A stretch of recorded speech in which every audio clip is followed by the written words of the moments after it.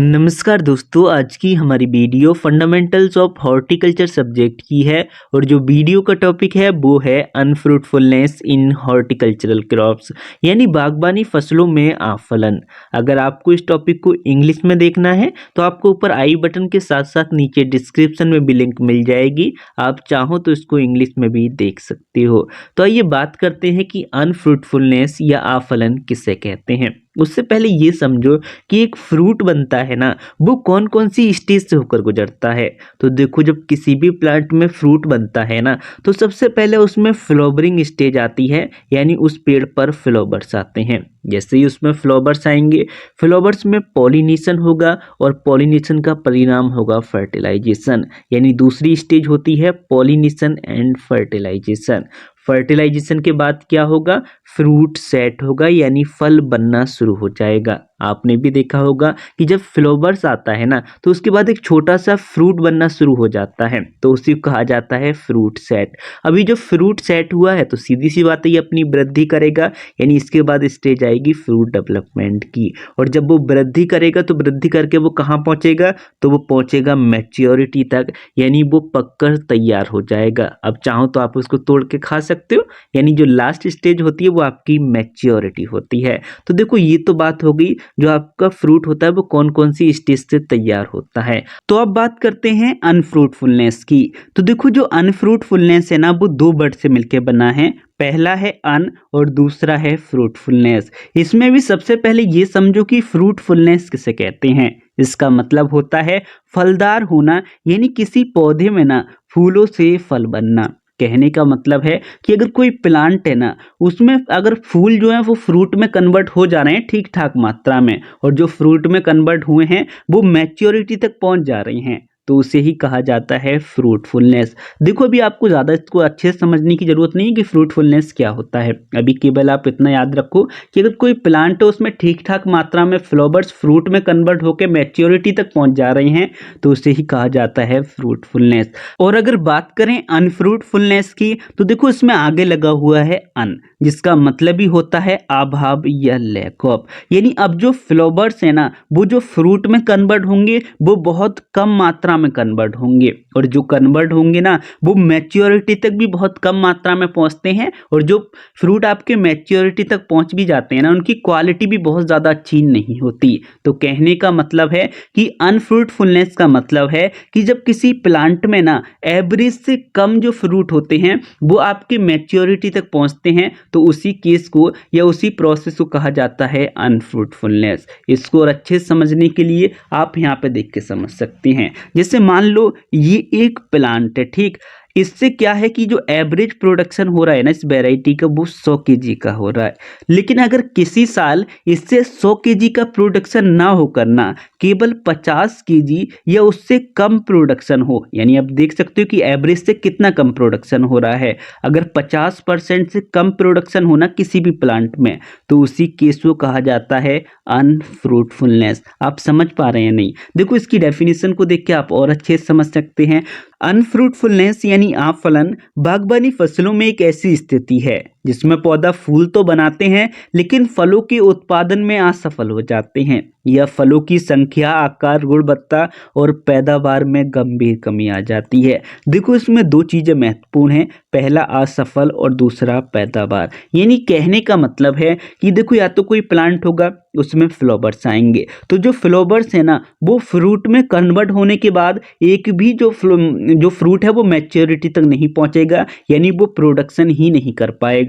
तो इस केस को भी अनफ्रूटफुलनेस कहा जाता है। इसके अपोजिट हो सकता है जो कुछ फ्रूट हैं वो आपके मैच्योरिटी तक पहुंच जाएं और उनसे वो मतलब प्रोडक्शन दें, लेकिन जो प्रोडक्शन होता है ना वो बहुत कम होता है। साथ ही जो प्रोडक्शन होता है उसका जो आकार होता है, जो गुणवत्ता होती है ना फ्रूट्स की, वो भी ज़्यादा अच्छी नहीं होती। इसी को कहा जाता है अनफ्रूटफुलनेस। तो देखो, इतना सब याद रखने से अच्छा है कि केवल आप इतना याद रखो कि अगर किसी प्लांट में ना एवरेज से कम प्रोडक्शन होता है, उसी को कहा जाता है आफलन या फ्रूटफुलनेस। अब बात करते हैं कि इतना कम प्रोडक्शन होता क्यों है। कोई ना कोई तो रीजन होगा ना अनफ्रूटफुलनेस का। तो जो रीजन है, जो कारक है ना, उसको हमने 3 कैटेगरी में डिवाइड कर दिया है। सबसे पहला है आंतरिक कारक यानी इंटरनल फैक्टर। इंटरनल फैक्टर 2 में डिवाइड है, इसमें सबसे पहला आएगा आनुवांशिक कारक यानी जेनेटिक फैक्टर और शारीरिक कारक यानी फिजियोलॉजिकल फैक्टर्स। उसके बाद दूसरा है बाहरी कारक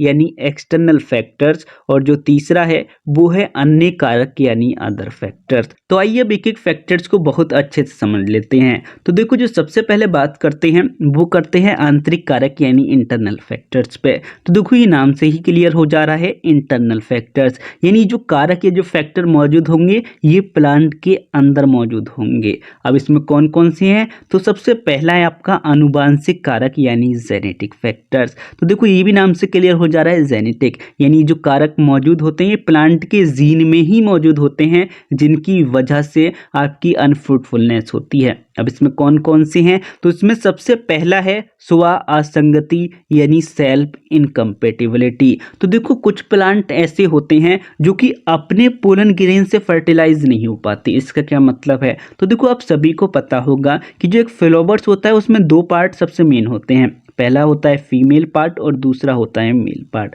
जैसे मान लो ये आपका फ्लावर्स है तो ये जो बीच वाला पार्ट देख रहे हैं ये फीमेल पार्ट होता है और ये जो साइड में देख रहे हैं ये मेल पार्ट होता है। तो ये जो मेल पार्ट है ना इस पे मौजूद होते हैं पोलन ग्रेन जिनको कि हिंदी में पराग कहा जाता है। और ये जो पोलन ग्रेन है ये जब फीमेल पार्ट तक पहुंचते हैं तो इससे निषेचन होता है यानी फर्टिलाइजेशन होता है जिससे कि फ्रूट बनता है। लेकिन कुछ प्लांट ऐसे होते हैं जो कि अपने पोलन से ना वो फर्टिलाइज नहीं हो पाते, ऐसे में जरूरत होगी किसी और प्लांट की। अगर उसके आसपास कोई प्लांट नहीं है या उसको सही मात्रा में पोलन ग्रेन नहीं मिल पाएगा तो सीधी सी बात है कि वो फर्टिलाइज नहीं हो पाएगा और जब उसमें फर्टिलाइजेशन नहीं होगा तो जो फ्रूट हैं वो ज़्यादा मात्रा में नहीं आएंगे या बहुत कम मात्रा में आएंगे। इसलिए जो पहला कारण है वो है स्व असंगति, यानी कुछ पौधे अपने ही पराग से निषेचन नहीं कर सकते, उन्हें फल देने के लिए दूसरे पौधे की पराग की आवश्यकता होती है और अगर ऐसे में उनको पराग यानी पोलन ग्रेन नहीं मिलेंगे तो जो प्रोडक्शन है वो कम हो जाएगा। एग्जाम्पल के लिए आपका सेब हो गया और नाशपाती हो गया, इनमें क्या होता है कि फर्टिलाइज करने के लिए या फ्रूट का निर्माण करने के लिए दूसरे प्लांट के पोलन ग्रेन की आवश्यकता होती है। इसके बाद जो दूसरा कारण है वो है खराब आनुवांशिक संरचना यानी पुअर जेनेटिक मेकअप। एक बात और, ये जो आप जेनेटिक फैक्टर्स देख रहे हैं ना ये थोड़े से हार्ड हैं, इसलिए इनको ध्यान से समझना। हार्ड इसलिए है क्योंकि ये थोड़े से बायोलॉजी में चले जाते हैं, बाकी आगे के जितने फैक्टर्स हैं वो एकदम इजी हैं, बस ये थोड़े से हार्ड हैं। अब बात करते हैं खराब आनुवांशिक संरचना पे। तो देखो इसका मतलब है कुछ प्लांट ऐसे होते हैं जिनकी आनुवांशिक संरचना ही खराब होती है, यानी उनमें जो प्रोडक्शन होता है वो पीढ़ी दर पीढ़ी ही कम होता है। यानी कहने का मतलब है जैसे मान लो कोई एक प्लांट है अगर उससे कम प्रोडक्शन हो रहा है ना तो उससे आने वाला जो प्लांट होगा उससे भी कम प्रोडक्शन होगा, सीधी सी बात है। जैसे एग्जाम्पल से समझो, अगर हम जंगली पौधे को ना किसी कल्टीवेटेड प्लांट से यानी जिससे खेती की जाती है उससे कंपेयर करें तो उनमें जो प्रोडक्शन होगा वो काफ़ी कम होगा, यानी जो जंगली पौधा होगा उस पर जो आपके फ्लावर्स आएंगे वो बहुत कम फ्रूट में कन्वर्ट हो पाएंगे। इसलिए अगर कोई ऐसा प्लांट है जिनकी आनुवांशिक संरचना खराब है तो ये भी अनफ्रूटफुलनेस का कारण बन सकता है। तो कुछ पौधों की आनुवांशिक संरचना ऐसी होती है कि वो कम फल देते हैं या बिल्कुल नहीं देते, जैसा कि हमने यहाँ पे एग्जाम्पल से भी समझाया, जंगली पौधे का कंपेयर आप कल्टीवेटेड प्लांट से करें। इसके बाद में है पुरुष या स्त्री बांझपन यानी मेल और फीमेल स्टेरिलिटी। अब ये मेल और फीमेल स्टेरिलिटी क्या होता है तो इसको समझो। देखो हम आपको भी पीछे बताए थे कि जो फ्लावर्स होता है ना उसके दो सबसे मेन भाग होते हैं। एक मिनट इसको ड्रॉ कर देते हैं। पहले ये जो आप देख रहे हैं ये है फीमेल पार्ट और ये होता है मेल पार्ट। अब ये जो मेल पार्ट है ना इसमें सबसे ऊपर मौजूद होते हैं पोलन ग्रेन जिनको कि पराग कहा जाता है। अगर ये पोलन ग्रेन ना अगर एक्टिव नहीं है, यानी कहने का मतलब है अगर ये पोलन ग्रेन इस फीमेल पार्ट तक भी पहुंच जाए फिर भी ये फर्टिलाइज करके फ्रूट का निर्माण नहीं कर पाएंगे, यानी अगर ये एक्टिव नहीं है इनएक्टिव है तो इसे ही कहा जाता है मेल स्टेरिलिटी। इसके अपोजिट अगर ये जो फीमेल पार्ट है अगर ये एक्टिव नहीं है यानी ये इनएक्टिव है तो इसे कहा जाएगा फीमेल स्टेरिलिटी। क्यों? क्योंकि ये जो फीमेल पार्ट अगर इनएक्टिव होगा सीधा सा अगर इसे पोलन ग्रेन मिल भी जाएगा फिर भी ये फर्टिलाइज करके फ्रूट का निर्माण नहीं कर पाएगा क्योंकि जो फीमेल पार्ट है वो इनएक्टिव इनएक्टिव है, यही यहाँ पे लिखा हुआ है। कुछ पौधों में या तो नर या मादा भाग निष्क्रिय होते हैं। अब सीधा सा जब निष्क्रिय होंगे तो जो फ्लावर्स है वो फ्रूट में कन्वर्ट नहीं होगा और फ्लावर्स खराब हो जाएगा। तो आप इसको समझ गए। तो देखो ये थे जेनेटिक फैक्टर्स जो थोड़े से हार्ड थे, लेकिन हम फिर भी आशा करते हैं आपको ये समझ में आ गए होंगे। इसके बाद जो नेक्स्ट है, एक मिनट, वो है शारीरिक कारक यानी फिजियोलॉजिकल फैक्टर। तो देखो शारीरिक कारक का मतलब है कि जो कारक होंगे ना, ये प्लांट के शरीर या प्लांट की जो बॉडी होती है उसकी वजह से होंगे या उसके अंदर होंगे। अब ये कौन कौन से हैं? तो पहला है पोषक तत्व की कमी यानी न्यूट्रिएंट्स डिफिशिएंसी। तो देखो किसी प्लांट में ना अगर पोषक तत्व की कमी हो जाएगी तो क्या वो सही से वृद्धि कर पाएगा? इसका जवाब है कि वो अच्छे से वृद्धि नहीं कर पाएगा। आप इसे खुद से भी कंपेयर कर सकते हैं, यानी अगर आपको अच्छी मात्रा में पोषक तत्व ना मिले तो आपकी खुद की वृद्धि ठीक से नहीं होगी, साथ ही आप एक्टिव भी नहीं रहेंगे। सेम प्लांट में भी होता है, यानी अगर उसमें पोषक तत्व की कमी हो जाएगी तो उसकी वृद्धि ठीक से नहीं होगी, और जब वृद्धि ठीक से नहीं होगी तो उस पर जो फ्लावर्स आएंगे और जब वो फ्रूट में कन्वर्ट होंगे तो बहुत कम मात्रा में होंगे, यानी उनसे जो प्रोडक्शन होगा वो बहुत कम होगा। एग्जाम्पल के लिए अगर हम केला यानी बनाना में बात करें, अगर उसमें पोटेशियम की कमी होती है ना तो उससे जो उसमें फ्रूट आते हैं या कहें कि जो केले बनते हैं वो बहुत छोटे बनते हैं और बहुत कम मात्रा में बनते हैं। आप समझ सकते हो कि जो प्रोडक्शन है वो यहाँ पे कम हो गया, और जब प्रोडक्शन कम होगा तो इसे ही कहा जाता है अनफ्रूटफुलनेस। इसके बाद में जो दूसरा है वो है हार्मोनल असंतुलन यानी हार्मोनल इम्बैलेंस। तो देखो जो प्लांट होते हैं ना उसमें मुख्यतः 5 तरह के हार्मोन्स पाए जाते हैं, और ये जो हार्मोन्स हैं अगर इनका जो लेवल है अगर वो बैलेंस नहीं है, यानी अगर बहुत ज़्यादा है ज़रूरत से ज़्यादा या बहुत कम है, अगर वो बैलेंस नहीं है तो दोनों ही केस में अनफ्रूटफुलनेस हो सकती है। एग्जाम्पल के लिए अगर ऑक्सीजन की बात करें तो जो ऑक्सीजन होता है ना वो फूल को झड़ने से रोकता है। अब आप सोचो और किसी प्लांट में इस ऑक्सीजन की कमी हो जाएगी तो फिर फूल को झड़ने से रोकेगा कौन? तो सीधी सी बात है कि जो फूल हैं वो बहुत बड़ी मात्रा में झड़ेंगे, यानी जो फूल हैं वो प्लांट पर रुकेंगे ही नहीं, और जब प्लांट में फूल रुकेंगे ही नहीं तो जो फ्रूट बनेंगे वो बहुत कम बनेंगे, यानी जो प्रोडक्शन है वो बहुत डाउन चला जाएगा। तो ये भी अनफ्रूटफुलनेस का कारण हो सकता है। इसके बाद में है प्रकाश संश्लेषण की कमी यानी लैक ऑफ फोटोसिंथेसिस। तो देखो अगर कोई प्लांट है ना अगर उसको सही से सनलाइट नहीं मिल रही है तो वो प्रकाश संश्लेषण नहीं कर पाएगा। अब सही से सनलाइट क्यों नहीं मिल रही, तो कई सारे रीजन हो सकते हैं। जैसे मान लो कि जो प्लांट है ना वो बहुत सारे लगे हुए हैं पास पास में, उसकी वजह से उसको सही से सनलाइट नहीं मिल रही है, या फिर उसके चारों ओर ना बड़े बड़े प्लांट हैं और बीच में छोटा प्लांट है, तो उस केस में भी उसको सनलाइट नहीं मिलेगी। तो कहने का मतलब है कि अगर प्रकाश संश्लेषण सही से नहीं होगा ना, यानी उसको सही से लाइट नहीं मिलेगी तो उसमें प्रकाश संश्लेषण की कमी हो जाएगी, और जब प्रकाश संश्लेषण की कमी होगी तो जो प्लांट है वो सही से फूड नहीं बना पाएगा, और जब वो फूड नहीं सही से बना पाएगा तो उसकी वृद्धि अच्छे से नहीं होगी, और जब वृद्धि अच्छे से नहीं होगी तो जो उस पर फ्लावर्स आएंगे या जो फ्रूट आएंगे वो भी ज़्यादा अच्छी मात्रा में नहीं आएंगे और उनकी क्वालिटी भी ज़्यादा अच्छी नहीं होगी। तो ये भी अनफ्रूटफुलनेस का कारण हो सकता है। इसके बाद में है पौधों की उम्र यानी एज ऑफ प्लांट। तो देखो आपने भी नोटिस किया होगा कि कुछ वैरायटी ऐसी होती हैं जिनमें नए प्लांट जो होते हैं ना उन पे जो फ्लावर्स आपके आते हैं, जो फ्रूट आते हैं बहुत कम मात्रा में आते हैं। जैसे मान लो एग्जाम्पल के लिए कोई एक्स नाम की कोई मैंगो की वैरायटी है, अब इस पर जो नई एज का ना यानी छोटी एज में जो इस पर फ्लावर्स आएंगे वो बहुत कम आएंगे, सीधी सी बात है, और कम फ्लावर्स तो आएंगे ही, साथ ही जो फ्लावर्स है ना वो बहुत कम मात्रा में फ्रूट में कन्वर्ट होंगे। यानी कहने का मतलब है कि अगर पौधे की उम्र कम है ना तब भी अनफ्रूटफुलनेस हो सकता है। इसके बाद में जो दूसरा है वो है बाहरी कारक यानी एक्सटर्नल फैक्टर्स। हमने अभी तक इंटरनल फैक्टर्स को कवर कर लिया, अब देखते हैं एक्सटर्नल फैक्टर्स। इसका मतलब है कि अब जो फैक्टर्स मौजूद होंगे ना वो प्लांट के बाहर मौजूद होंगे। कौन कौन से? तो इसमें पहला है जलवायु परिस्थिति यानी क्लाइमेटिक कंडीशन। तो कहने का मतलब है कि अब जो अनफ्रूटफुलनेस होगी ना वो क्लाइमेट की वजह से होगी। अब कौन कौन से इसमें? तो पहला है तापमान यानी टेम्परेचर। अगर किसी प्लांट को ना टेम्परेचर बहुत अधिक मात्रा में दे दिया जाए, जितनी उसको ज़रूरत है उससे, या उसको बहुत कम मात्रा में दे दिया जाए, दोनों ही केस में जो फ्रूट हैं उनका प्रोडक्शन कम हो सकता है। जैसे एग्जाम्पल के लिए आप मैंगो ले सकते हैं, यानी मैंगो को बहुत ज़्यादा आप टेम्परेचर प्रोवाइड करा दो तो क्या वो अच्छे से फ्रूट बना पाएगा या उसमें अच्छे से मैंगो आएंगे? सीधा सा नहीं आएंगे।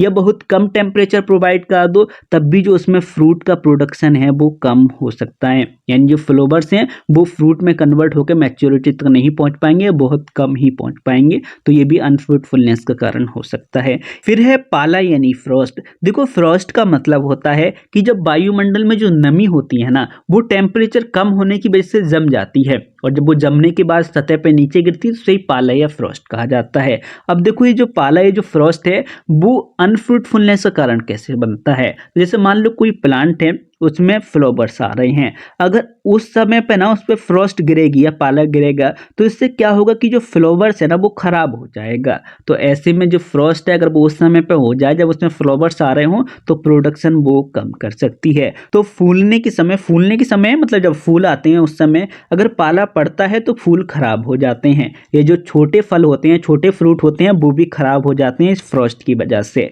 इसके बाद में है हवा यानी विंड। देखो ये तो आप सभी को पता होगा, यानी अगर किसी एरिया में हवा बहुत तेज चलती है तो वो भी जो फ्लावर्स होते हैं ना उनको तोड़ देंगी सीधा सा है, और साथ ही जो फ्रूट होते हैं उनको भी वो तोड़ देंगे अगर हवा बहुत तेज चल रही है। तो इससे क्या होगा कि जो प्रोडक्शन है वो बहुत कम होता है, यानी ये भी अनफ्रूटफुलनेस का कारण बन सकता है अगर किसी एरिया में जो हवा है वो बहुत तेज चल रही हैं।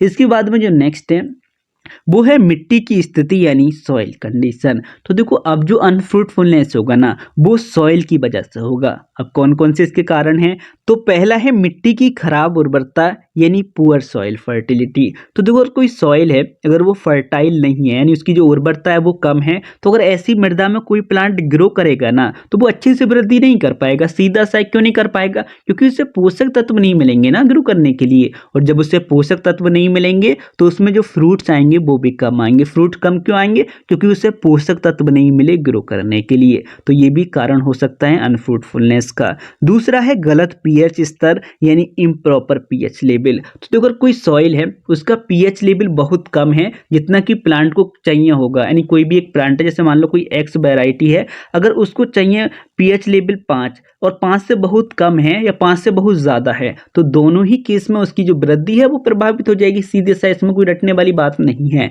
यानी अगर पीएच लेवल ठीक नहीं है यानी जितना प्लांट को चाहिए उससे बहुत कम है या बहुत ज़्यादा है, तो दोनों ही केस में जो प्रोडक्शन है वो प्रभावित हो सकता है या अनफ्रूटफुलनेस हो सकता है। फिर है जल भराव या सूखा यानी बॉटल लॉगिंग और ड्रॉट। ये भी देखो पीएच लेवल की तरह है, यानी आप खुद सोचो अगर किसी प्लांट को ना बहुत अधिक मात्रा में पानी दे दिया जाए यानी उसमें जल भराव की समस्या हो जाए यानी उसके आसपास जल भर दिया जाए। जैसे एग्जाम्पल के लिए अगर हम आम की बात करें, अगर आम के आसपास ना बहुत ज़्यादा पानी हो जाए तो आप सोचो क्या वो सही से फ्रूट देगा। अरे फ्रूट देने की बात तो छोड़ो, वो हो सकता है सूख जाए। यानी अगर ज़रूरत से ज़्यादा पानी दे दिया जाए या इस आम को बिल्कुल पानी ना दिया जाए यानी सूखे की स्थिति आए तब वो अच्छे से प्रोडक्शन कर पाएगा। दोनों ही केस में प्रोडक्शन कम होगा। यानी कहने का मतलब है कि अगर जल बहुत अधिक किसी प्लांट को मिल जाए यानी जल भराव की समस्या हो जाए या फिर बिल्कुल भी पानी न दिया जाए यानी सूखे की समस्या हो जाए, तो दोनों ही केस में अनफ्रूटफुलनेस हो सकती है। यानी जो प्रोडक्शन है वो बहुत कम हो जाएगा पानी की कमी से और अधिकता से।